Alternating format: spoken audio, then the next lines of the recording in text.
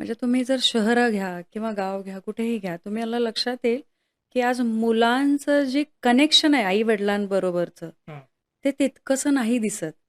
आणि अ, त्याच्यामुळे मग काय होतं, की म मोठ्या मुलांना किंवा मोठ्या माणसांना ॲटलीस्ट एक्सप्रेस करता येतं, की हं. मला काय हवंय, काय नकोय. पण लहान मुलं किंवा शिशुवर्ग किंवा बालवर्ग आणि युवा, हां, या 3 पैकी जर तुम्ही बघाल ना, तर त्यांना एक्सप्रेस करण्यासाठी साधन हवं असतं. हां. आणि दुर्भाग्यवश आजकालचे आई-वडील म्हणजे न्यूक्लिअर फॅमिली आहे किंवा दोघेही वर्किंग आहेत हं. आणि सगळ्यात महत्त्वाचं आजी-आजोबा बरोबर नाहीयेत. हां. कुठे टाकायचं? आपल्याला शरीराने पण एक ड्रेनेज सिस्टम दिलंय. बरोबर. ते झाल्यानंतर वी फील फ्रेश, हॅपी है ना? करेक्ट. तसंच आपल्या मुलांच्या बुद्धिमत्तेचं, मानसिकतेचं, हां. शारीरिक ऊर्जेचं, या तिन्ही ऊर्जेचं ड्रेनेज सिस्टम कुठेतरी हवं असतं.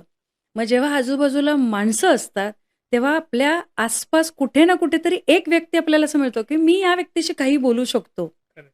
आणि हे अवेलेबल नसल्यामुळे हं, हं. चिडचिड वाढणं, खूप छोट्या-छोट्या गोष्टीवर हायपर होणं किंवा अभ्यासात मन न लागणं, कॉन्सन्ट्रेशन 0 लेव्हलचं होणं, हा फार मोठा आजच्या तारखेला प्रभाव आहे आणि त्याच्यात ओह! मोबाईल. म्हणजे करेक्ट. आता कोणीच अवेलेबल नाही, मग मोबाईल आहे. मग हं. तुम्ही बघाल आजकालचं 99% जनरेशन ही मोबाईल अडिक्टेड आहे. बरोबर.